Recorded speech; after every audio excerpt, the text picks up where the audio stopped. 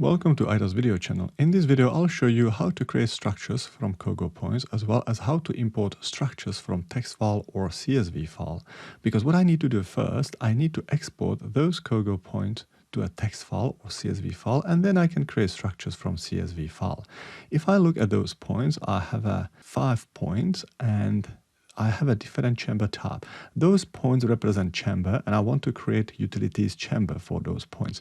There's a point number, which can be used as a structure name. There is a point description, which can be used to specify the structure tab. I have a chamber tab 1 and chamber tab 2.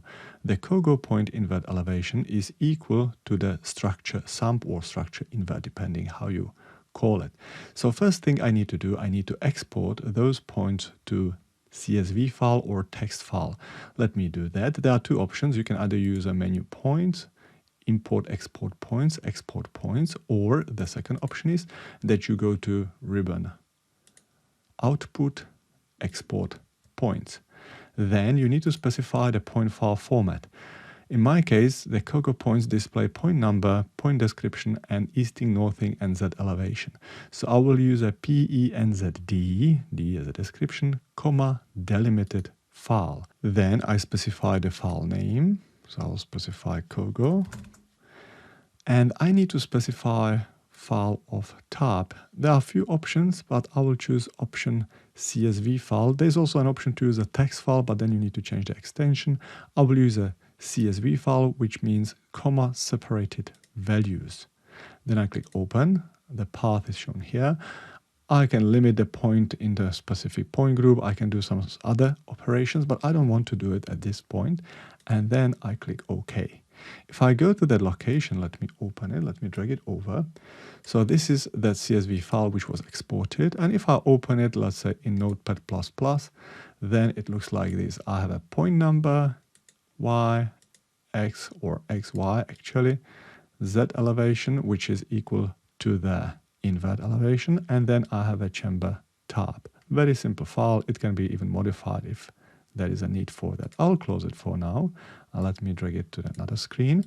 And then I want to create network from CSV file. So I go to IDAS, import network, and I will use an import CSVNT, import network from CSV file.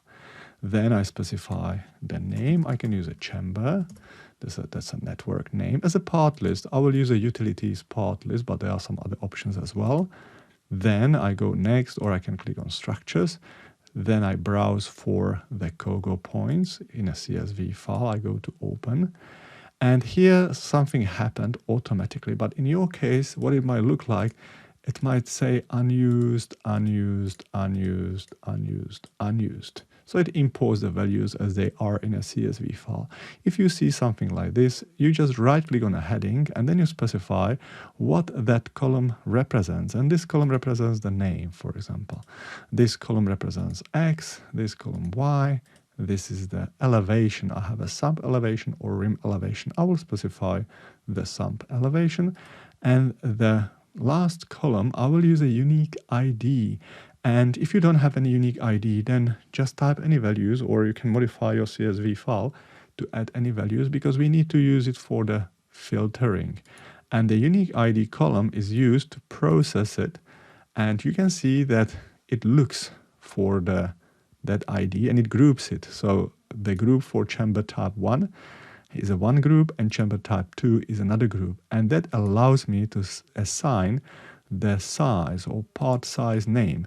So I'm going to minimize this, and I want to use a mixed services chamber rectangular. For the type 1, I will use 1000 by 1000, and then I apply. So it is applied here, as you can see. And for type 2, I will go in here, and then I will use, let's say, 100 by 100, and then I will click on apply. I'm ready to create network, so let me do that now.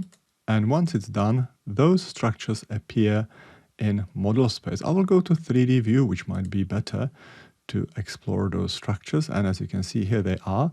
And I will tilt the view a bit because you can clearly see that the COGO point is at the structure sump elevation, because you must keep in mind there is also floor thickness. So that's why it looks like this. And those structures are 1000 by 1000. and these structures are 100 by 100. So this is basically the outcome. So as you can see, the workflow to create structures from COGO points is very the same like to create structures from the text file or CSV file.